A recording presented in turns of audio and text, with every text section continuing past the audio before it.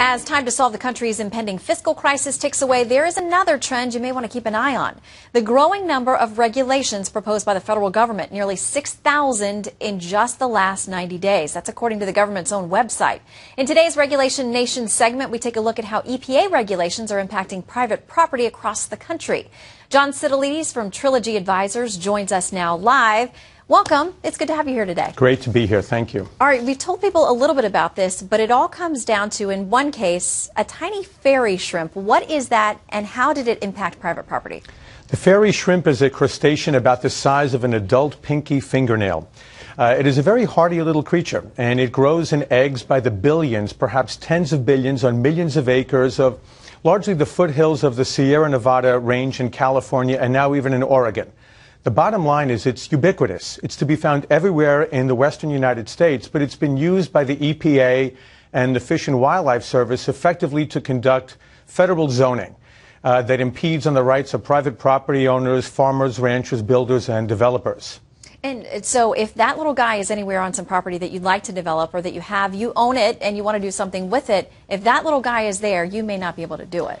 If you have ponds, puddles, tire tracks, any place where this hardy crustacean will grow, and you want to do something with your property, maybe plant some vineyards or orchards or put a house up or something along those lines, you have to get permission from the federal government to put any sand or dirt to fill any of these ponds or puddles on your property in the event that you might have this fairy shrimp there.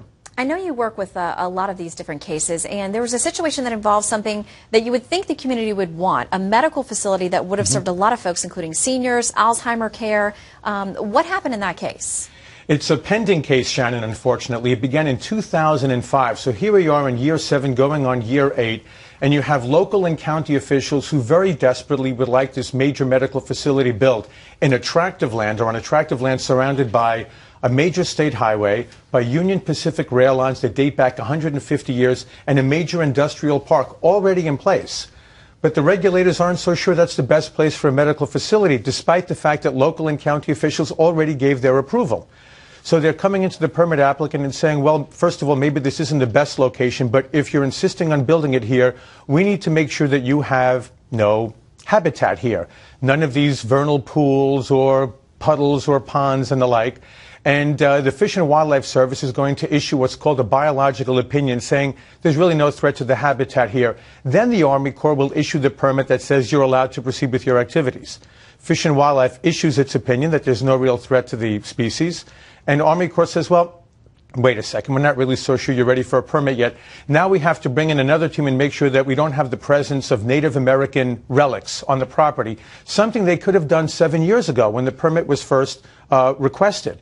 And so it's this kind of harassment of private property owners, of American citizens, that I think engenders this distrust of regulators when we should be working together, the federal government, state agencies, to provide for environmental conservation and stewardship while allowing for the rights of private property owners and for economic growth in our communities. It's very tricky, and we know that of the pending regulations that have been proposed by the federal government, nearly 10% of them are from this one agency alone, from the EPA.